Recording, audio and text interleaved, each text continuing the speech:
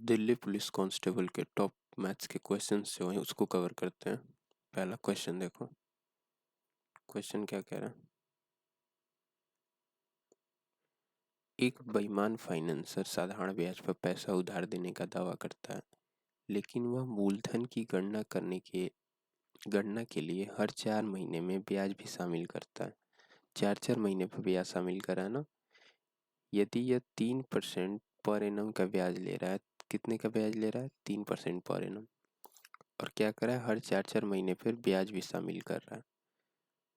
तो ब्याज की प्रभावी दर क्या बन जाती है? तो इजी हो गया ना। अब 4 4 महीने पर सक्सेसिव लग जाता होगा, एक एक और एक का। ऐसे तो 3% पर एनम है,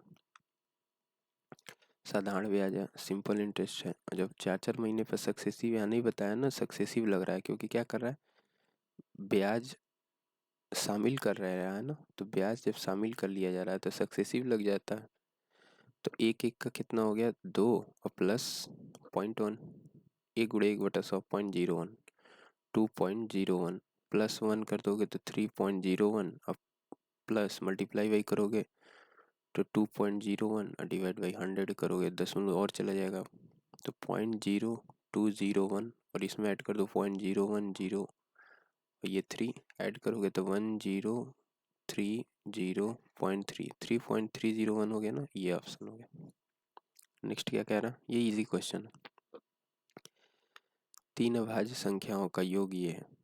तो सबसे छोटी अभाज्य संख्या तो सबको पता है, 2। तो 2 इसमें से कम कर दो, बाकी 2 का सम 70 होगा। एक संख्या दूसरी से 24 अधिक है। तो आई थिंक ये क्वेश्चन मैं सॉल्व करा चुका हूँ। तो इसको देखो, इसको, ये क्वेश्चन क्या कह रहा है?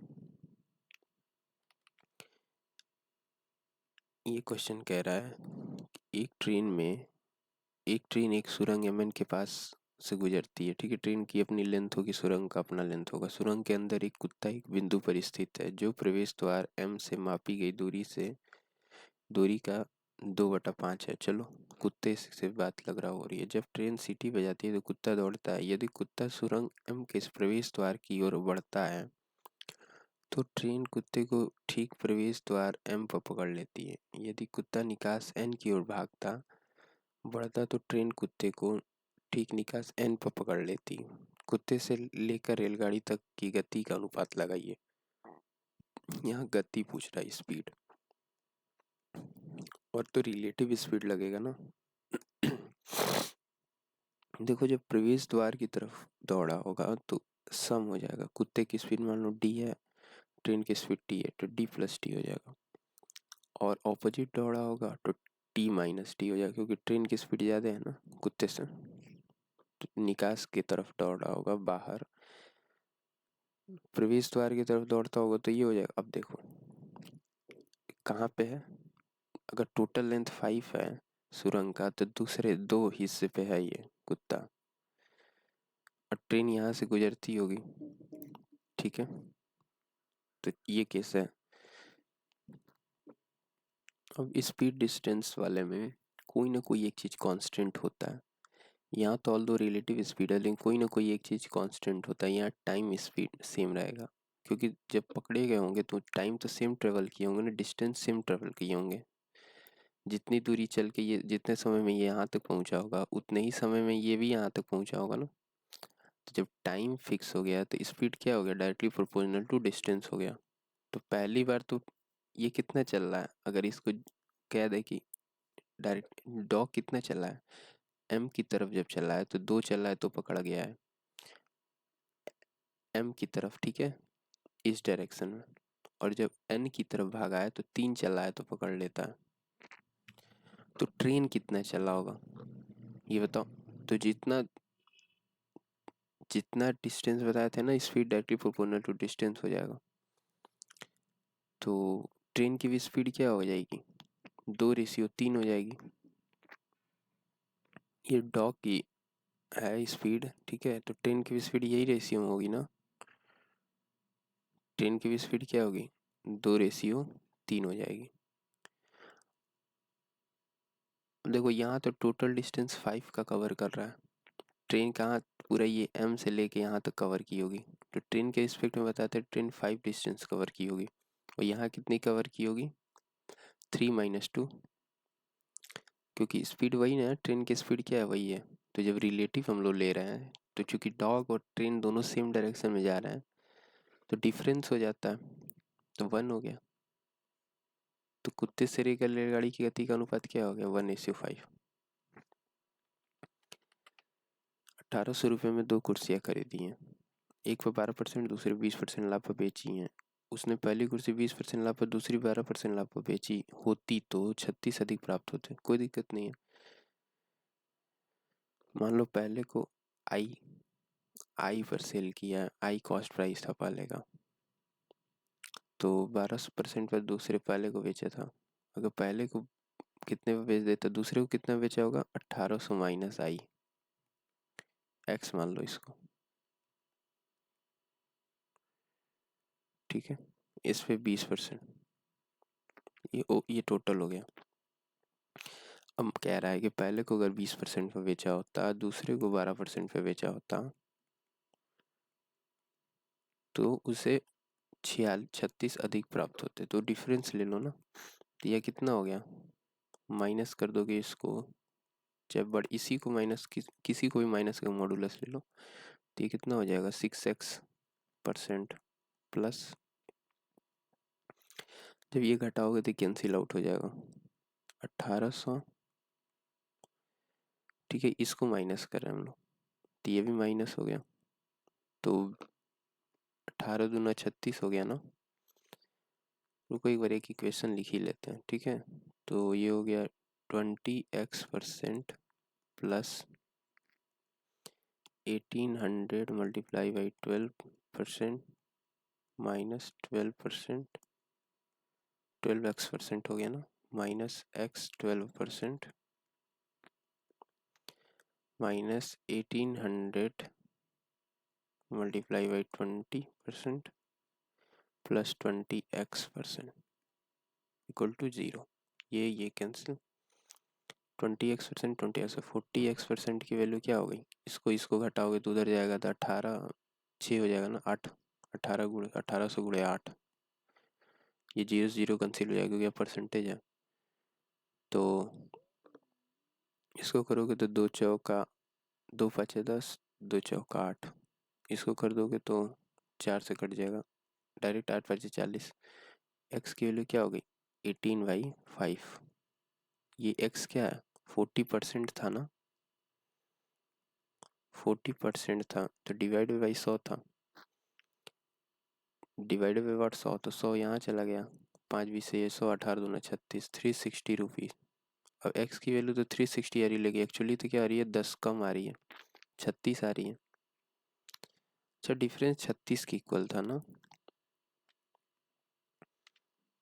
36 के इक्वल था, ये मिस्टेक हो गया हमसे, तो 36 ऐड होगा यहाँ, 36 ऐड होगा ना, क्योंकि देखो फिर डिफरेंस लो के उस साइड करोगे तो यहाँ प्लस 36 हो जाएगा। तो अभी रुक जाओ, इसको पहले सिंप्लीफाई कर लेते हैं।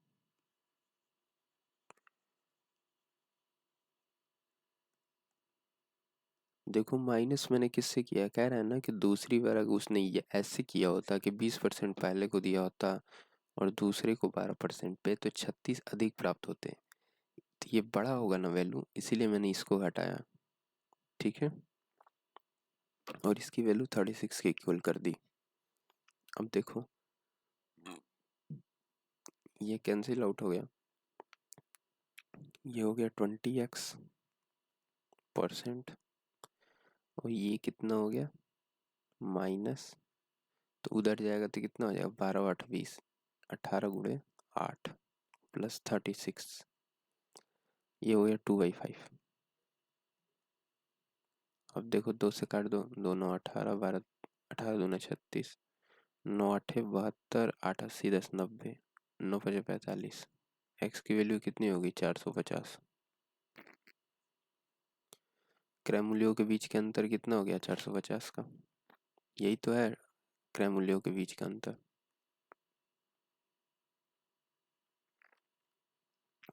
2 वर्ष के लिए प्रति वर्ष समान ब्याज दर पर इतना रुपए पर चक्रवृद्धि ब्याज और साधारण ब्याज के बीच का अंतर। अच्छा 2 वर्ष के लिए हम तो बताया ना, चक्रवृद्धि ब्याज साधारण ब्याज के बीच का अंतर क्या होता है, पी आर बाई 100 का होल स्क्वायर, यही होता है सी आई माइनस एस आई। अब ये दे दिया पी की वैल्यू कितनी है 18 80 और 30। रेट परसेंट नहीं पता है, साधारण ब्याज के बीच का अंतर कितना है 98। ये 2 वर्ष का है फॉर 2 ईयर्स, फॉर्मूला याद रखना। रेट परसेंट तो पता नहीं है, तो आर बाई 100 ही हो गया। तो 0 0 ये 0 कैंसिल हो गया, क्योंकि पावर 2 करोगे यहाँ आर स्क्वायर हो जाएगा ऊपर, और आर की वैल्यू क्या हो जाएगी 98/8 अंडर रूट में चली जाएगी। ये हो जाएगा 49 दूना 98 और 2 चौक 8, इसका अंडर रूट जाएगा तो 7/2, फर्स्ट ऑप्शन ये। फॉर्मूला याद रखना, ठीक है। क्या फॉर्मूला होता है दो सरल का, सी आई माइनस एस आई वाला, फॉर 2 ईयर्स होता है पी आर बाई 100 का होल स्क्वायर। जैसे होता है ना साधारण ब्याज में formula P R T by 100, वैसे ही इसमें भी है, लेकिन ये टी ऐसे नहीं, ऐसे चला जाता है, पावर में चला जाता है, क्योंकि 2 साल है ना टी की वैल्यू। नेक्स्ट, किसी वस्तु का अंकित मूल्य लागत मूल्य का 9:8 है, 3% लाभ प्राप्त करने के लिए कितने परसेंट की छूट दी जानी चाहिए। तो ये तो काफ़ी इजी हो गया, सी एस एम। लागत मूल्य का अगर ये 8 है तो ये 9 है, कितने का छूट दोगे कि 3% का लाभ होगा, इसका 3% क्या होगा 8×3 = 24, 0.24, यानी इतने का लाभ चाहिए 0.24 का चाहिए, 8.24, तो कितने की छूट दी हो 0.6 कर दोगे तो कितना हो जाएगा 30, या 70 का 76 का छूट दिया ना, गुड़े 100, यही हो गया ना। तो 9×8 = 72, एक ही ऑप्शन है। इतना रुपए पर 2 वर्ष के लिए 8% वार्षिक दर से अर्धवार्षिक चक्रवृद्धि ब्याज कितना होगा। 8% है 2 वर्ष में, ये वार्षिक है तो 4% का लग जाएगा 4 बार। तो कैसे निकालते हैं, या तो सक्सेसिवली निकाल लो, 4 4 का एक साथ निकाल लो, 4 4 8, 8.16, फिर 4 4 का एक साथ निकाल लो 8.16, फिर इन दोनों का निकाल लो, या फिर ऐसे कर लो 4641 कर लिया करो। तो 4641 वाले पे करोगे तो ज़्यादा बेहतर होगा, तो 4641 पे ही कर लो, ठीक है। मान लीजिए ए बी दोनों क्या है सहभाज्य, यानी को प्राइम नंबर है। तो ए बी अगर को, जैसे कि ए बी माइनस ए को प्राइम है, तो बी और ए प्लस बी क्रमशः सहभाज्य है, ठीक है, चेक कर लो। मान लो ए क्या है 5 और बी क्या है 9, अगर को प्राइम होंगे तो फिर 5 और 4 भी आपस में को प्राइम होंगे, और फिर 9 और 14 भी को प्राइम होंगे, तो करेक्ट है ना। अपने से वैल्यू मान लिया करो, ठीक है। मान लीजिए व्हाट ऊपर दिया होगा, कह रहा है कि मान लीजिए 2 नंबर सच दैट ए और बी माइनस ए आर को प्राइम। तो क्या माना गया, ऐसे मान लिया गया कि एक नंबर मान लो को प्राइम है ना, तो एक 2 मान लो अपने मन से, और एक 3 मान लो, लेकिन डिफरेंस तो 1 हो जाएगा ना बी माइनस ए का। ऐसे मान लो 5, ये दोनों आपस में को प्राइम है ना, एक ये ए है ये बी है। सबसे छोटा को प्राइम नंबर क्या है, प्राइम नंबर, सबसे छोटा प्राइम नंबर 2 ही तो है, सबसे छोटा प्राइम नंबर। अब देखो इसका डिफरेंस भी को प्राइम हो गया ना, बी माइनस ए करोगे तो 3 और ए 2। कह रहा है ये कि बी यानी 5 और बी प्लस ए, ये क्या होगा, तो बी तो 5 है, बी तो 5 है और बी प्लस ए क्या होगा 7 हो गया, ये भी को प्राइम हो गया ना आपस में। इसकी वैल्यू बताओ 47, 6 × 4 = 24, 25/6 गुड़े 24 गुड़े 47 × 50 प्लस 37/50, 25 दूना 50 और 2 अच्छों के 12 दूना 24, यहाँ 2 हो गया। बस अब ये तो ईजी हो गया ना क्वेश्चन।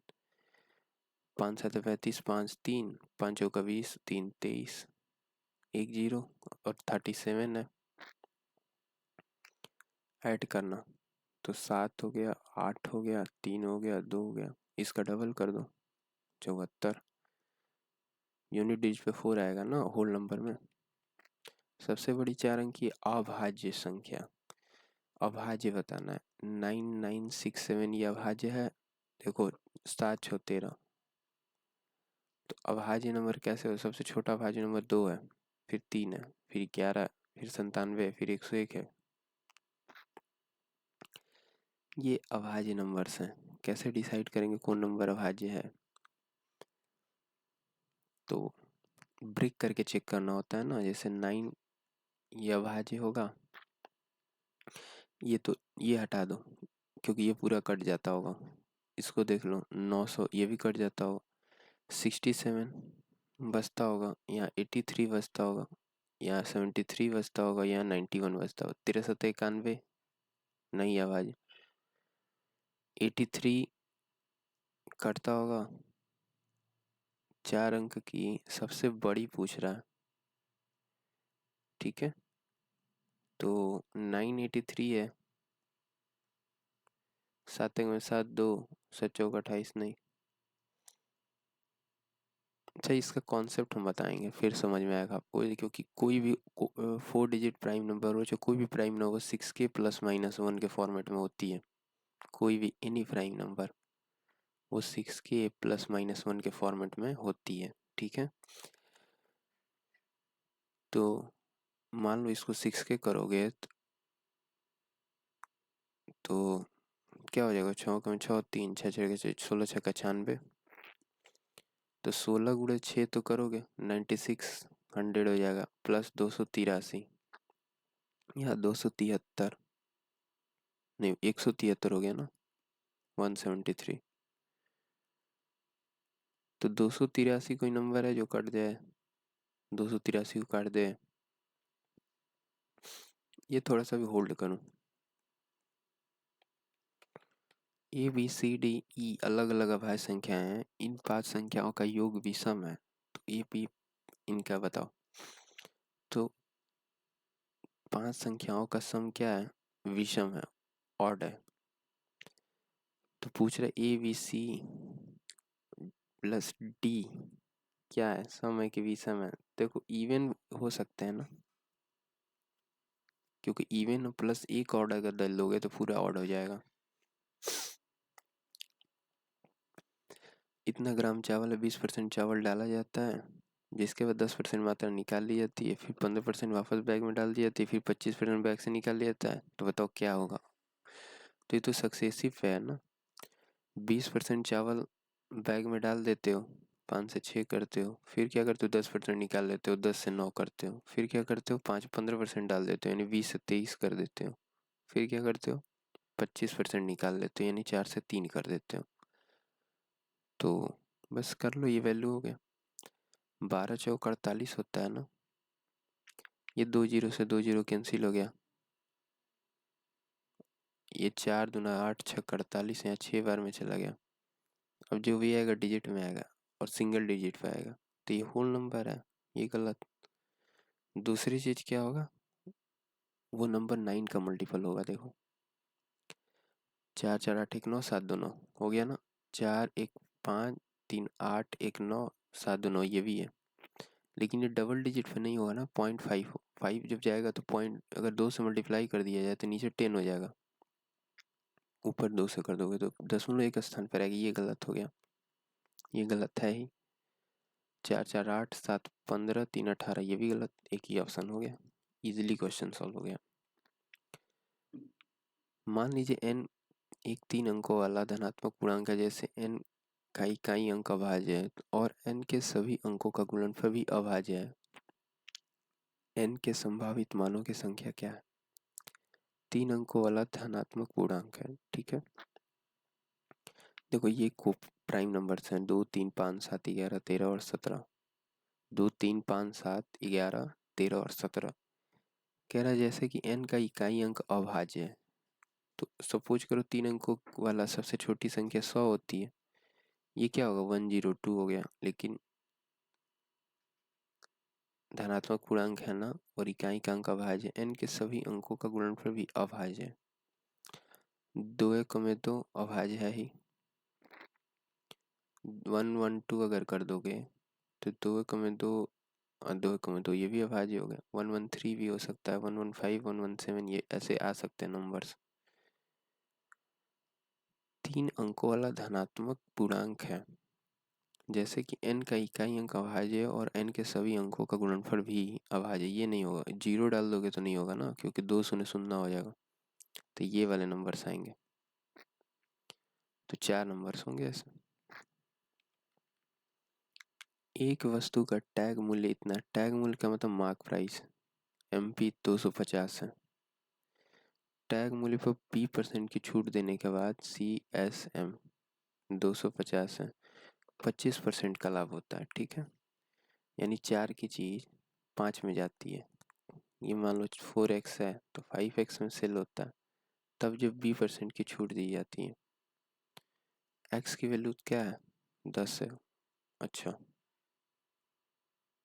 कह रहा है कि the tag price of an item is 250 after a discount of x% of tag price, the shopkeeper earns इतना profit, what is the cost of the item if x equal to 10। यानी 10%, कोई दिक्कत नहीं ना, यहाँ से 10% का डिस्काउंट दे दो, 25 कम कर दो, 225। तो 225 पर जगह सेल कर रहा है तो इसको कितने की लाभ हुई है, 1.2। तो इसमें 100 में ऐड करोगे तो 101.2 हो जाएगा ना, क्योंकि 100% में ऐड करते हैं हम लोग। 100% में जब इसको ऐड करोगे तो 101.25 होगा। 101.2, ये इतने की वैल्यू होगी, हमको 100 की वैल्यू बताना है। तो रुको देखते हैं, इसको फ्रैक्शन में कन्वर्ट करो, तो कितने का प्रॉफिट हुआ ना, 1.2। अच्छा, x भी है ना, तो 12.5x हो जाएगा ना, क्योंकि x की वैल्यू 10 है तो 12.5%, इसकी वैल्यू 1/8 होती है। 8 की चीज़ 9 में गई होगी, ये 9 की वैल्यू, ये 8 की वैल्यू बताओ। 9 दूना 18, 9 पचे 45, 25 वाटे 200। रमेश 25 किलोमीटर की गति से स्कूल जाता है और 9 मिनट की देरी से। यदि 30 किलोमीटर की गति से जाता है, 9 मिनट पहले पहुंचता है। डिफरेंस क्या है, 5 kilometre per hour. 5 kilometre per hour के डिफरेंस पर टाइम का डिफरेंस कितना हो गया, 9 देरी था, 9 पहले था, 18 मिनट। इसको अगर करोगे तो 5/18 से करोगे तो मीटर पर सेकेंड हो जाएगा। 5/18 से कर दोगे तो मीटर पर सेकेंड हो जाएगा। तो 25/18 क्या हो गया, मीटर पर सेकेंड। और इसमें 18 गुणे 60 कर दोगे तो सेकेंड में कन्वर्ट हो जाएगा। इतने की स्पीड से इतना दूरी ट्रेवल करने में, इतना समय ट्रेवल करो, कितना टाइम रहेगा, 25 छक्का 150।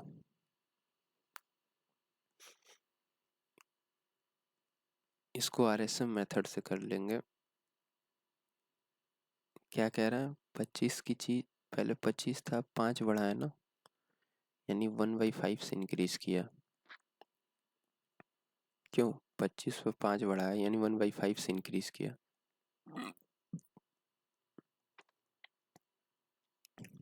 स्पीड को इंक्रीज किया है किससे, 1/5। और यहाँ डिस्टेंस फिक्स है, डिस्टेंस क्या है, फिक्स है। कोई चीज़ तो फिक्स होगी ना, डिस्टेंस या फिक्स है। स्कूल से घर के बीच की दूरी क्या है, ये फिक्स है। तो स्पीड जब 1/5 से इंक्रीज की हो तो टाइम क्या होगा, 1/6 से डिक्रीज कर जाएगा। पहले 6 लगता होगा, अब 1 कम लगेगा। तो पहले कितना लगता है, 9 मिनट की देरी से जाता था। अच्छा, पहले 6 लगता था, अब 1 कम लगेगा, 5 लगता होगा। गैप तो 1 का है ना, 1 की वैल्यू क्या है, 18 मिनट। क्योंकि पहले 9 मिनट देरी था, 9 मिनट जल्दी है, समय का गैप कितना है, 18 मिनट। तो 18 मिनट है। एक मैंने अर्ली और लेट वाला फॉर्मूला बताया था। अर्ली लेट फॉर्मूला क्या होता है, अर्ली लेट फॉर्मूला ये होता है, अर्ली कौन सा फार्मूला? अर्ली और लेट फार्मूला। ये होता है स्पीड का multiplication S1 multiply by S2 divide by difference between speeds multiply by delta T, time gap.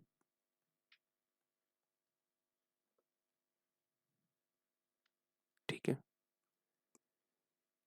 तो यहाँ स्पीड का मल्टीप्लिकेशन क्या हो गया? 25 गुणे 30 बटा स्पीड का डिफरेंस 5, 25 और 5 डिफरेंस 5 है ना, मल्टीप्लाई बाई डेल्टा टी। और ये आवर में होना चाहिए, तो 60 से डिवाइड करोगे क्योंकि मिनट में है ना, 18 मिनट है। आवर में करने के लिए 60 से आप डिवाइड करो क्योंकि ये सब किलोमीटर पर आवर में लियो। सॉल्व करोगे 45 किलोमीटर आंसर आ जाएगा। या तो आप रेशियो से भी कर सकते हो। करते हैं सेशन को, नेक्स्ट सेशन में मिलेंगे।